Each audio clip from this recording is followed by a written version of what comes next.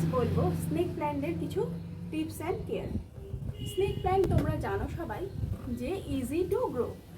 এগুলো কিন্তু ছোট প্রজাতির, যেগুলো কিন্তু আমরা ইনডোরে রাখতে পারি। আর ইনডোরে স্নেক প্ল্যান্ট কিন্তু বায়ু বিশুদ্ধ করে, সেটা তোমরা অনেকেই আজকে জেনে ফেলেছো। তো এই গাছের আমি কেয়ার এবং সাধারণ কিছু যত্ন বলবো। অনেক ক্ষেত্রে এটা খুব হার্ডি গাছ হয়েও কিন্তু অনেকের হাতে বাঁচে না। কেন বাঁচে না, কী কারণ, সেই হবে আজকে আমাদের আলোচনার বিষয়বস্তু। প্রথম কথা হচ্ছে, স্নেক প্ল্যান্টের পাতাগুলো দেখতে পাচ্ছ মোটা মোটা, জল ধারণ করার ক্ষমতা এর কিন্তু অনেক বেশি। যেহেতু এই স্নেক প্ল্যান্ট জল ধারণ করতে পারে, সেই জন্য যদি আমি এতে প্রতিদিন গাছে জল দিই কিংবা একদিন দুদিন ছাড়াও জল দিই, তাহলে কিন্তু গাছের মাথার ওপর থেকে দেখবে পুরো পচতে থাকবে, ফাঙ্গাসের এফেক্ট হবে। অনেক সময় পাতায় কি বলতো গোল গোল খয়েরি খয়েরি দাগ পর্যন্ত হয়ে যায়। এগুলো কিন্তু বর্ষাকালে দেখবে অনেক সময় হয়, তুমি হয়তো কিছু করোইনি তাও হচ্ছে, বর্ষাকালে ময়েশ্চারটা বেশি থাকে বলে। তো যাই হোক, সেই জন্য কিন্তু সেই রকম কিছু হলে অবশ্যই আমাদের সেই অংশটা কেটে পুরো বাদ দিয়ে দিতে হবে। তারপর থেকে শুকিয়ে গেলেও কিন্তু বাকি গাছটা ঠিকঠাক থেকে যাবে। দুই হচ্ছে কিন্তু দীর্ঘ অনেক দিন যদি আমি জল না দিই, তাহলে কি হবে, এই সব মাথার উপর থেকে এই যে পুরো কালো হয়ে পুড়তে থাকবে। দেখবে অনেক সময় গরমকালে আমরা সঠিক জল দিয়েও সেটা রাখতে পারি না। কেন বলো তো?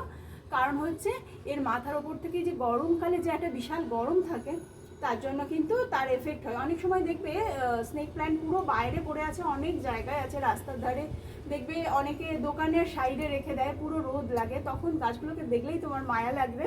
দেখবে মাথার ওপর থেকে এখান থেকে পুড়তে থাকছে।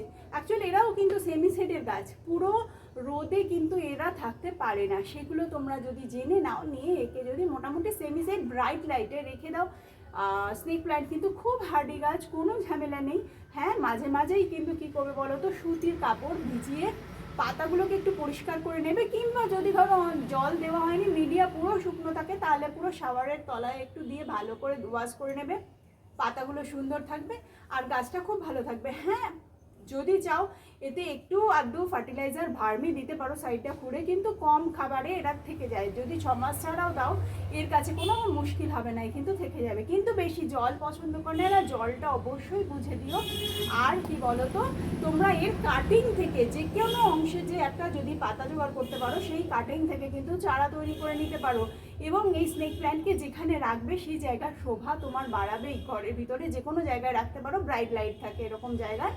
তো এরকম একটা গাছ কিনে নিয়ে এসে এরকম কাটিং, একটা পাতা থেকে 2-3টে কাটিং করে তুমি যদি বালিতে রাখো, মাটিতে রাখো, কোকোপিট ভার্মি মিশিয়ে যদি কাটিংটা বসাও, সেখানেও কিন্তু খুব ভালো গ্রো হবে এবং ভালো শিকড় গজায়।